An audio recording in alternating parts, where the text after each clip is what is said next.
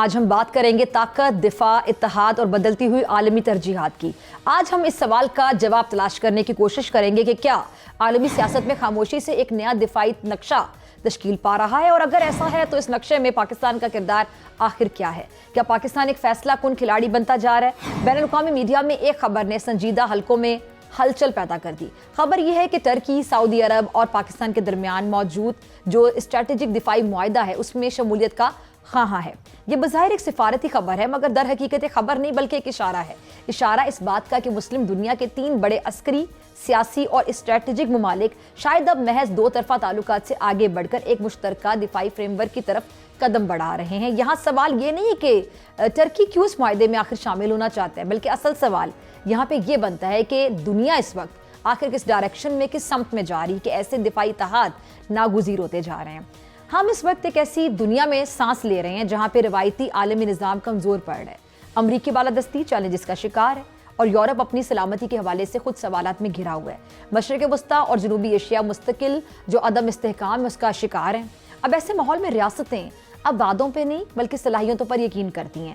پاکستان اور سعودی عرب کے درمیان دفاعی تعاون کوئی نئی بات نہیں ہے، لیکن حالیہ کچھ سالوں میں، برسوں میں یہ تعاون رسمی بیانات سے نکل کر اسٹریٹجک جو گارنٹی ہے اس کی سطح تک پہنچ چکا ہے۔ اب اگر ترکی جیسا ملک جو کہ نیٹو کا رکن بھی ہے اور دفاعی ٹیکنالوجی میں خود کفالت کی مثال بھی ہے، اس فریم ورک کا حصہ بننا چاہتا ہے تو اس کا سیدھا سیدھا مطلب یہ ہے کہ یہ اتحاد صرف علامتی نہیں بلکہ عملی نوعیت اختیار کر سکتا ہے۔ یہاں پاکستان کا کردار غیر معمولی طور پر بڑا اہم ہو جاتا ہے۔ ایک وقت تھا جب پاکستان کو صرف ایک سیکیورٹی رسک یا پھر ایک ایڈ لینے والا ملک سمجھا جاتا تھا، مگر آج تصویر بدل رہی ہے، اور اس تصویر کو بدلنے میں ایک بڑا کردار ادا کیا ہے پاکستان کی عسکری حکمت عملی، دفاعی خود انحصاری اور زمینی حقائق پر مبنی آپریشنل صلاحیتوں نے۔ خاص طور پر اگر ہم بات کریں آپریشن بنیان مرصوص کی، اور یہ صرف ایک سیکیورٹی آپریشن نہیں تھا، یہ دراصل ہماری عملی صلاحیتوں کا شاندار مظاہرہ تھا۔ اس آپریشن نے یہ پیغام دیا تھا کہ پاکستان نہ صرف دہشت گردی اور اندرونی خطرات سے نمٹنے کی صلاحیت رکھتا ہے، بلکہ وہ مربوط جنگی حکمت عملی، انٹیلیجنس جو کوارڈینیشن ہے اور جدید ٹیکنالوجی کے استعمال میں بھی کسی سے پیچھے نہیں ہے۔ اور اسی آپریشن کے بعد عالمی دفاعی مارکیٹ میں پاکستانی ہتھیاروں، پاکستانی پلیٹ فارمز اور پاکستانی عسکری جو تجربے ہیں اس میں دلچسپی واضح طور پہ بڑی بھی ہے۔ اس تناظر میں سامنے آتا ہے تھنڈر JF-17۔ یہ محض ایک لڑاکا طیارہ نہیں ہے، بلکہ یہ پاکستان کی دفاعی سوچ، صنعتی صلاحیت اور اسٹریٹجک جو ویژن ہے اس کی علامت ہے۔ کم لاگت، ملٹی رول صلاحیت، جدید ریڈار اور نظام، اور سب سے بڑھ کر جنگی ماحول میں آزمایا ہوا طیارہ۔ آج دنیا کے کئی ایسے ممالک جو نہ تو مہنگے مغربی طیارے خرید سکتے ہیں، نہ ہی مکمل طور پر کسی ایک بلاک پر انحصار بھی کر سکتے ہیں، ان کے لیے جو JF-17 ہے یہ ایک اسٹریٹجک متبادل بن کر ابھرا ہے۔ اب یہی وجہ ہے کہ مشرق وسطیٰ، افریقہ اور ایشیا کے کئی ممالک پاکستان کے ساتھ دفاعی مذاکرات میں سنجیدگی دکھا رہے ہیں۔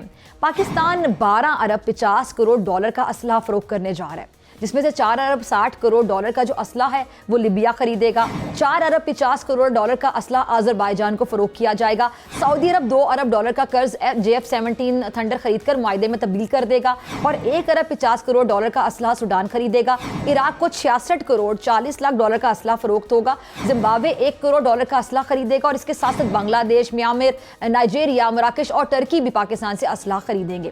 اس پر بھارت میں تہلکہ مچا ہوا ہے، اور بھارتی میڈیا میں باقاعدہ آہو بقا ہے، کیونکہ یہ تمام پاکستانیوں کے لیے بڑے فخر کی بات ہے۔ آج پاکستان کا ایک تھنڈر فائٹر جیٹ عالمی دفاعی منڈی میں ہلچل مچا رہا ہے۔ صرف ایک فائٹر جیٹ نہیں ہے بلکہ ایک اسٹریٹجک جھٹکا ہے۔ JF-17 تھنڈر کو پاکستان نے پہلی مرتبہ 27 فروری 2019 کو انڈیا کے خلاف میدان میں اتارا تھا، اور پہلے ہی مارکے میں اس نے انڈین طیارہ مار گرایا تھا۔ یہاں سعودی عرب کا کردار بڑا اہم ہے، کیونکہ سعودی عرب محض خریدار نہیں ہے، وہ اب شراکت دار بننا چاہتا ہے۔ مشترکہ پیداوار، ٹیکنالوجی ٹرانسفر اور لانگ ٹرم دفاعی منصوبہ بندی، یہ سب وہ پہلو ہیں جو اس تعاون کو وقتی نہیں بلکہ پائیدار بنا سکتے ہیں۔